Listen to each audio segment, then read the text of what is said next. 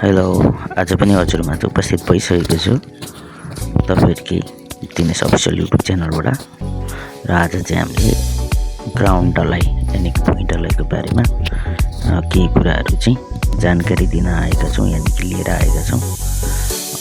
काल्पनिक जीवनमा आफूलाई तपाईहरुलाई युज लाग्न सक्छ र यो भिडियोमा देखाए जसरी नै तपाईहरुले बालुवालाई चाहिँ सिमेन्टी अनुसार चाहिँ जस्तै अब नापतोल गरेर चाहिँ तपाईले देखाए जसरी नै बालुवाहरू चाहिँ एकट्ठा गरेर जुन चाहिँ चट्टल यानि कि मिस्ने बालुवा सिमेन्टी मिस्ने ठाउँमा चाहिँ आफूले नाप लिएर चाहिँ मापदण्ड अनुसार चाहिँ तपाईहरुले यसरी मिक्स गर्नुपर्ने हुन्छ। सिमेन्टी लगायत बालुवा प्लस गिटी यहाँ भिडियोमा देखाए जसरी नै तपाईहरुले मिक्स गरेर चाहिँ युज गर्न सक्नुहुन्छ। र आजको भिडियोमा चाहिँ केही कुराहरू जानिराख्नु पर्ने अति आवश्यक कुराहरू चाहिँ छ, यानि कि तपाईहरु नजान्ने अलिकति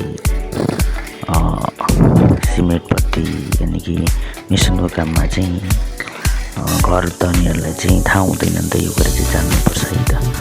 र ढलाइ गरिसकेपछि यसरी लेभल दिएर ढलाइ गरिसकेपछि यसमा चाहिँ हामीले अब सिमेन्ट र पानीको मिक्स गर्छौँ, यानि कि घोला, यानि कि पोनी तान्नको लागि माथिको माथिल्लो तहको लागि चाहिँ फिनिसिङ दिनको लागि यसरी घोल्छौँ। देखिरहनु भएको छ जुन चाहिँ यहाँ चाहिँ सिमेन्ट र पानीको मात्रा मिलाएर घोलिरहेको भइरहेछ होइन, देखिरहनु भएको छ लगतै होइन। यसलाई चाहिँ अब हामी जुन सोलिङमाथिको जुन अघिको बालुवाको मिश्रणहरूलाई चाहिँ युज गरेर ढलाइ गरिरहेको थियौँ, अब त्यो ढलाइको माथि चाहिँ यसलाई चाहिँ हामी